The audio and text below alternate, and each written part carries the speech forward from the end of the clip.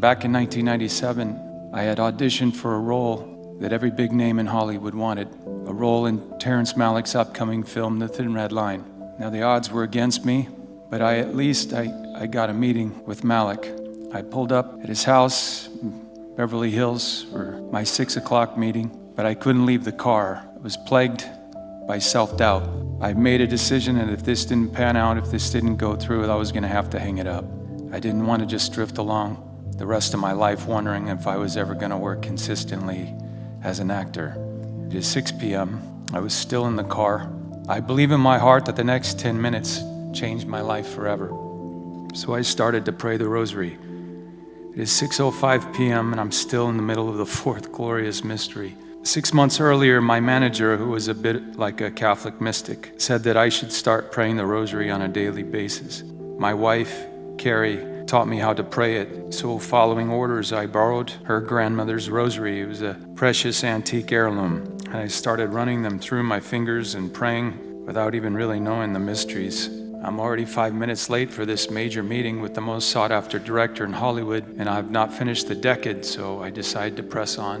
When I finally finished the Hail Holy Queen, it is 6:10 p.m. I jump out of the car, dash up to the house, but I realized I got rosary beads in my hand.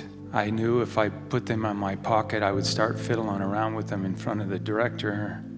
So I turned heels and raced back to the car to dispose of those beads. I opened the car door and made a deliberate move to drop off this rosary when I get a feeling right here in my heart that I should take this rosary with me. This was not the first time I experienced this sensation. The first time I had this experience, I was 19 years old in a theater in Mount Vernon, Washington. The movie had ended, and out there in the darkness, befriended only by my basketball in the adjacent seat, I had a sensation right here in my heart that made me think that I was supposed to be an actor, that this is what God crafted me for, that this is what He wanted of me. You could say it was my personal annunciation, a very deep awareness of my vocation. So reluctantly, I went forward. My rational sense intervened. I knew nothing about acting, no agents, no managers. Hell, I can't even memorize to save my life, as you can see. But I had this conviction. I had a charge. So back on the curb in front of Terrence Malick's house, I decided to take this rosary with me and make my way to the front door. This little maid answers the bell, and on her neck is a miraculous medal.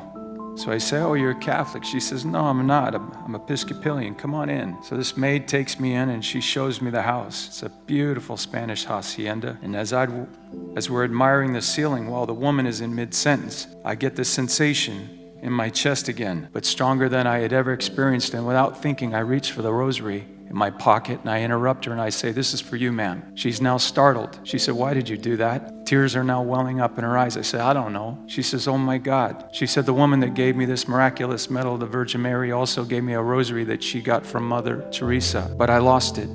And I prayed this morning that God would send me another one. And then you walk in." This woman is now collapsing in tears. I'm shell-shocked. There's a rosary in between us, and in walks the director, Terrence Malick. When he started with, "Honey, what's wrong?" it occurs to me, this ain't the maid. This is Mrs. Terrence Malick, his wife. And I thought, well, better book a return flight back to Mount Vernon, pal. When I got home, I told my wife, "Honey, I've got some good news, and I got some bad news. The good news is I may get the Thin Red Line. The bad news is Granny's rosary is gone." That rosary and I believe that the intercession of Our Lady led to the first major role of my career in The Thin Red Line. We would be nominated for 7 Academy Awards, including Best Picture. Then inexplicably, I get a call from Mel Gibson. Now, my agent didn't call. My manager didn't call. I didn't know Mel Gibson. I wasn't politicking for the role because nobody knew what was happening. Mel Gibson wants me to play Jesus Christ. He wants the guys with the initials of JC, who just happens to be 33 years of age, to play Jesus Christ. Is that a coincidence? I don't think so either.